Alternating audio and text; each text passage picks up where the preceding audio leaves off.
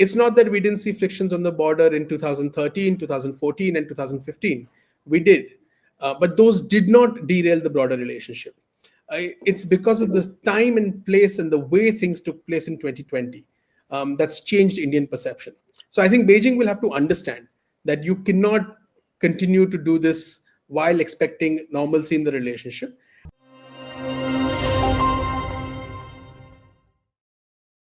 Welcome to the Gist on Strat News Global. I'm Ramananda Sengupta.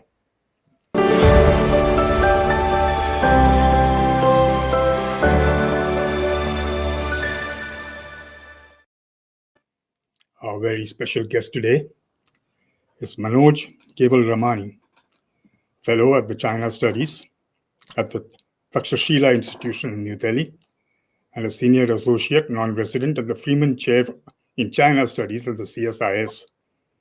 Thank you so much for joining us at such short notice, sir. I really appreciate you taking time out. Thank you so much. Thank you so much for having me. My pleasure. So the reason why I was in a hurry to sort of, call you and get you down today was that we recently, yesterday we had this meeting of the special representatives. I was wondering if you could quickly sort of, run us down the key things that you think are relevant from that meeting. What is the significance of that meeting? I think the significance of the meeting is firstly the fact that this meeting has taken place, given the relationship over the last 5 years. It's important that these conversations between India and China keep happening at a political level and from a security and diplomatic level. And even at an economic level, I think we need to have much more dialogue with China.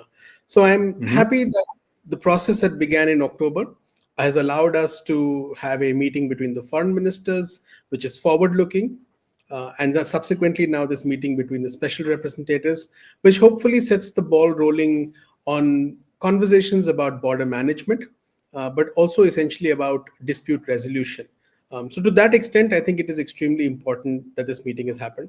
I'm also happy that it's happened this year and not gotten pushed back to a later date, which shows you that there is intent on both sides to start moving forward. If you remember, after the meeting in Kazan, both sides essentially said that this would happen at an appropriate time, sooner rather than later. So I'm happy that it's happened sooner rather than later. So you're saying that it's a positive sign of things are moving forward. One thing that struck me was that the readouts that followed the meeting, ours seems to be a very crisp, very business-like kind of a thing. Well, the Chinese one just goes on and on and on. Is that what you would expect normally, or are we? Is there some significant?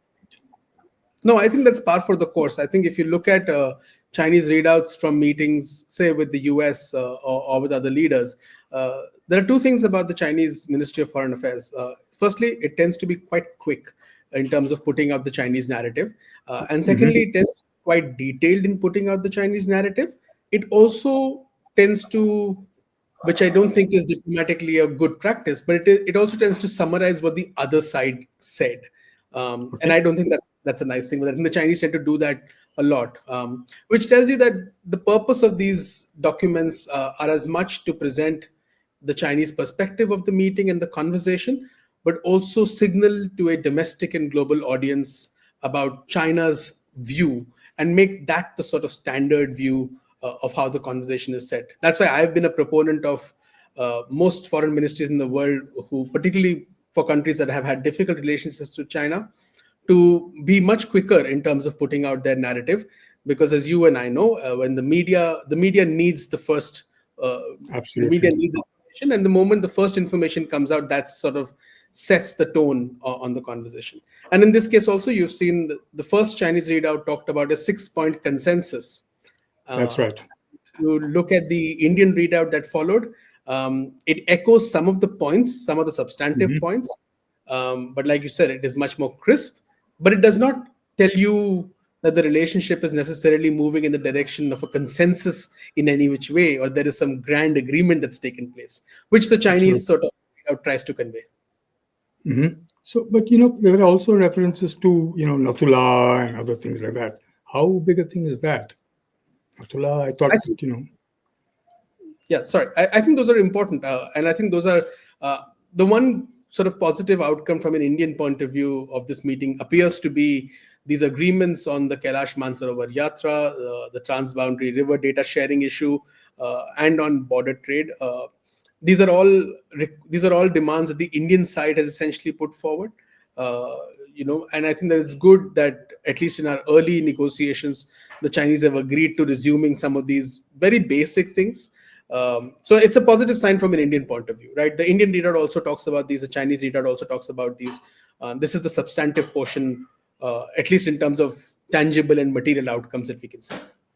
That's again, what you're saying is it's a positive thing, that a positive step forward. The one thing from the readouts that I think we should look for. I mean, there are two other things that I think I would say that we should look to. The first is this on building new sort of confidence building measures with regard to border management, some sort of a framework for border management. I think that is something that is what we're likely to see evolve in the talks going forward at the military and diplomatic level. You will need to clearly have some sort of new protocols in place. That does not mean that the earlier protocols need to be rubbish, but they need to be augmented because facts on the ground have changed over the last 20, 30 years. Both sides have built substantial infrastructure. Our forces have far more situational awareness. They therefore engage much more. So you need to have some sort of changes in our border management protocols, whether that is around better information sharing, whether that is around better management of patrols from each side, whether that is around size of patrols. You need to have some of these conversations. I wouldn't prejudge the outcome of these, but I think this is the kind of conversation that we need to have. Also, technology has changed, right? So the situational awareness owing to new technology that has been deployed, whether it is unmanned drones and things like that. So you need to have protocols to be able to govern these better so that you reduce chances of friction, and then friction escalating into something, something at a tactical level escalating into something at a strategic level. And so I think that that's what the readout also indicates from both sides. So one is hopeful that this conversation that will go further. The other thing is around the broader nature of the relationship. In that, I think the Chinese readout, and the Chinese have also issued a second readout which articulates Wang Yi's detailed statements. And he repeats that, we need to put the border issue in the appropriate position. He offers what I think is some sort of a pathway towards a modus vivendi when he says something like, look, we must invest our precious resources in development and revitalization, and that should be some sort of a consensus that we should arrive at. So those are positive signs from the Chinese side. From the Indian side, I think if you look at the MEA's readout, and to be a little technical, the point 5 of the readout, it talks about the importance of maintaining peace and tranquility in the border areas, and saying that it's important to promote the overall development of the relationship. But the second sentence says that they emphasize the need to ensure peaceful conditions on the ground so that the issues of the border do not hold back the normal development of bilateral relations. So there's a bit of there's a bit of Indian anxiety that you can see in these two statements, right? That at one level, we don't want this. India is continuing to convey to China that we don't want disruptions on the border because this will lead to frictions in the overall relationship. And the Chinese are continuing to tell us, put the border as one aspect of the relationship and don't make it central to the entire relationship. So this friction still exists. So does that mean we are still talking at each other? I don't think we're talking at each other in every sense, right? I think that there is an agreement that we need to move forward. I think that there is a conceptual disagreement that still persists, which is what is the role of the boundary issue in the overall relationship. And I think this would not have been an issue 4 years ago. It's Chinese actions in Ladakh that have made it an issue for India, because from the Indian perspective, it is now evident that Beijing will use this as a leverage to coerce. So from an Indian perspective, the sensitivity of the issue becomes far higher. It's not that we didn't see frictions on the border in 2013, 2014, and 2015. We did. But those did not derail the broader relationship. It's because of the time and place and the way things took place in 2020 that's changed Indian perception. So I think Beijing will have to understand that you cannot continue to do this while expecting normalcy in the relationship. And I think India will have to decide what sort of engagement it wants to continue with China and what sort of engagement gives it leverage to avoid such coercion. Because you cannot have no people to people economic engagement with a country that's your neighbor and then expect to have other levers to push back against coercion, right? If your economic ties are limited and you have no power in those relationships, then you can't use them as leverage when the other actor coerces you. So I think that's the thing that India needs to decide, right? How do you approach some of these tensions that may emerge? But in that case, what kind of other measures are we looking at before we sort of say it's back to business as usual? Are there any other points that are pending? I think we're looking at largely getting back to business as usual right now. And I think both sides are looking at getting back to business as usual. But when I say business as usual, I mean what they are looking at is to try and get back to some sort of an economic new normal where you can actually have investments. You're looking to get back to people exchanges, connectivity. It's absurd that we have no direct flights between India and China. You need to have some sort of engagement with your largest neighbor. Absolutely. So you're looking to get back to those sort of processes. If that's business as usual, to me, it's a new normal because it's not like you're going to go back to an era of, say, when it comes to investment, of pre-press note 3, where you're not going to have scrutiny on investments. You will have scrutiny on investments because that is not just an India specific thing. That's a shifting global trend where investments Right. have become securitized. You're not going to be in an era where trade is going to be unfettered. That paradigm has shifted globally. So you're going to see trade be securitized from an Indian perspective also. So I think you're moving towards a new normal, which is of greater engagement. If that's something that we can call business as usual, perhaps yes, then you're moving to business as usual. But you're not going back to a pre-2020 era. That period is gone. I get your point. I think that's a. But are there any specific things that are still pending from our side that these things must be done before we sort of even start thinking of? So I don't know from the government's perspective. I mean, if you read the External Affairs Minister's statement in Parliament and the subsequent meeting of the WMCC, it seems to suggest that disengagement is complete. There are still buffer zones that exist, in a couple of friction points which were agreed before September 2022. I would like those buffer zones to be on the negotiating table. I don't think India should accept those and move forward as fait accompli. So I think that is something that we should be talking about, restoring status quo ante. I think that's something that the army also desires. So to me, that is unfinished business. That does not mean that we should hold up every other aspect of the relationship, particularly economic engagement. I think it's these opportunities to have deeper economic ties don't come frequently. I think there's a moment in time today, from the perspective of the global economy and geopolitics, with Trump coming to power in the US, that there is a moment to try and reassess what our economic engagement is with China also.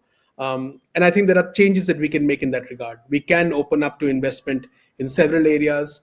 We can rethink which areas need a security approach.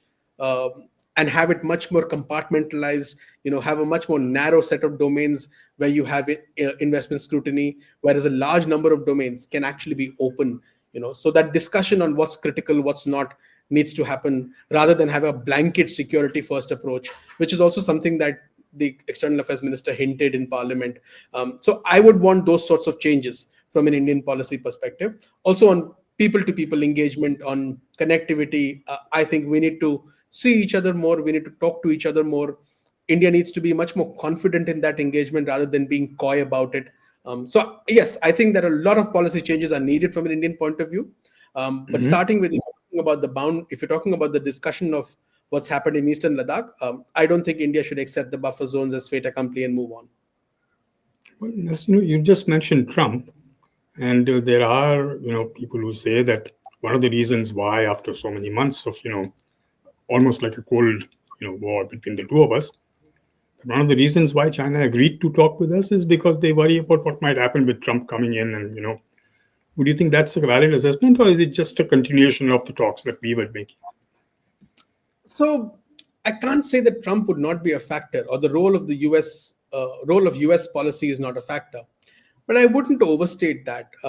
I think if you go back to December last year, there was a Central Foreign Affairs Work Conference in Beijing, and that conference hinted at a much more, some sort of a tactical adjustment in Chinese policy with regard to the world. And you've seen that play out not just with India right now, but with Japan, with Australia, with South Korea. You've seen the Chinese Yeah. sort of with Europe also, right? With European countries also. It's also coincided with two terribly destabilizing things taking place in China. One is obviously the state of the Chinese economy, which Mm-hmm. continues to remain quite fragile in many ways. I'm not predicting a collapse at any point of time, but there is Right. structural weakness that needs to be addressed, and that requires a much more a better external environment. That requires external markets, capital, technology. The second thing is obviously the churn that's taking place within the PLA. We are clearly seeing a purge that's taking place, and in the past, one would have assumed that it was the rocket force that was the only one to fall afoul. But we're also Right. seeing that there are challenges within the PLA, Navy, and the Army. So I think that there is a reassessment in terms of how China is engaging with other actors taking place because of a certain set of parameters which are domestic. So therefore, I don't see it simply as a Trump phenomenon. I see it as a broader structuring of Chinese foreign policy and approach to the world. Mm-hmm. We're almost running out of time, so I'll just leave you with the last question. What happens next? I mean, what are the next steps that we're looking at now? I think that from what at least what we understood, what the two governments agreed in Kazan, is that we're likely to see engagements across different ministers. I would hope that commerce and finance ministers' conversations would also happen, particularly on issues such as trade imbalance, investments, security, so on and so forth. So I'm hoping that those kinds of conversations will take place. I'm also Mm-hmm. hoping that I think Beijing is quite keen for the Indian Prime Minister to visit for the SCO summit next year. So I think that we're likely to see this thaw, this attempts at a thaw continue. I don't see any particular impediments to derailment.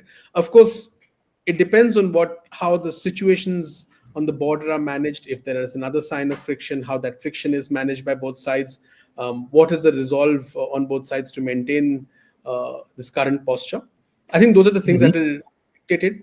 But I think that there is political will on both sides. In India, you have a new government that's taken charge, in the last 6 months. So there's political will on both sides to try and see this engagement through. So I'm anticipating that you will see much more engagement, but I'm not necessarily predicting a structural realignment in the relationship. To me, this is a tactical process which, if yields positive outcomes, great. Which, if yields a new balance, fantastic. But I'm not necessarily terribly optimistic that those are the outcomes that we will arrive at, because we are in a state where the world order is in flux. And I Absolutely. see these adjustments as tactical rather than strategic. Mm-hmm. On that note, I think it's more or less positive note from what I am hearing, but we have to see what happens next. As you said, we are in a state of flux. Thank you so very much. That was, I learned a lot just listening to you, so I'm sure our viewers will too. I Thank you. appreciate you taking time out for this, Thank and you I so look much for having forward to having you again. me. Thank you. Thank you. That was Mr. Manoj Kewalramani from the Takshashila Institute, one of India's foremost experts in China, explaining the implications of the meeting that we had in China between the two, between Mr. Doval and Mr. Wang, their foreign minister. I do hope you enjoyed this particular incident of the gist, and I look forward to having you again. Till then, this is Ramananda Sengupta signing out.